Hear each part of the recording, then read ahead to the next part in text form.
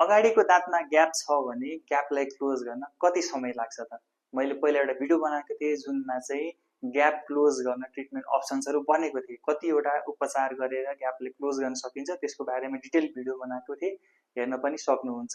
र अगाडिको दाँतको gap close गर्न 3टा ट्रिटमेन्ट अप्सन हुन्छ। एउटा रहेको छ ब्रेसेस अथवा अलाइनर, दोस्रो रहेको छ क्राउन अथवा भेनिरिङ, तेस्रो रहेको छ कम्पोजिट बोन्डिङ। र 3टै ट्रिटमेन्ट अप्सनमा चाहिँ फरक फरक समय लाग्ने हुन्छ। पहिलो ट्रिटमेन्ट अप्सन रहेको छ ब्रेसेस अथवा अलाइनर। ब्रेसेस गर्ने हो भने चाहिँ तपाईको मिनिमम ग्याप छ भने 1 देखि लिएर 1.5 वर्ष लाग्ने हुन्छ। तर अलाइनर गर्नुभयो भने ब्रेसेस भन्दा कम्प्यारेटिभली अलिकति कम समय लाग्ने हुन्छ।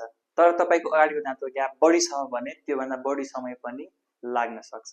र दोस्रो अप्सन रहेको छ क्राउन अथवा भेनिरिङ, जुनमा चाहिँ दाँतलाई पार्शियली अथवा फुल्ली प्रिपेयर गरेर क्राउन अथवा भेनिरिङ राखिन्छ। क्राउन अथवा भेनिरिङ राख्नको लागि चाहिँ 3 देखि 4 दिन समय लाग्ने हुन्छ। र तेस्रो रहेको छ कम्पोजिट बोन्डिङ, जुनमा चाहिँ 1 देखि लिएर 1.5 घण्टा समय लाग्ने हुन्छ। र अघि भनेको 3टै ट्रिटमेन्ट अप्सन्सको चाहिँ आफ्नै फाइदा र बेफाइदाहरू छन्।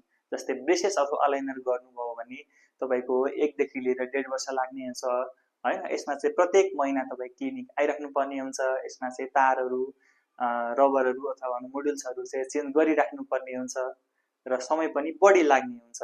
तर यदि तपाईले चाहिँ ब्रेसेस लगाएर ग्यापलाई क्लोज गर्नुभयो भने यो चाहिँ एकदमै नेचुरल देखिन्छ र लङ टर्मसम्म स्टेबल रहिराख्छ र ग्याप चाहिँ फेरि आउने समस्या हुँदैन। अर्को अप्सन रहेको छ अलाइनर। अलाइनरमा चाहिँ ब्रेसेस भन्दा अलिकति कम समय लाग्ने हुन्छ। यसको लागि चाहिँ पहिले एउटा दाँतको इम्प्रेसन अथवा छाप लिनुपर्ने हुन्छ र त्यो छाप अनुसार चाहिँ कस्टमाइज ट्रेहरू बनेर आउँछ र ग्यापलाई क्लोज गर्ने हुन्छ।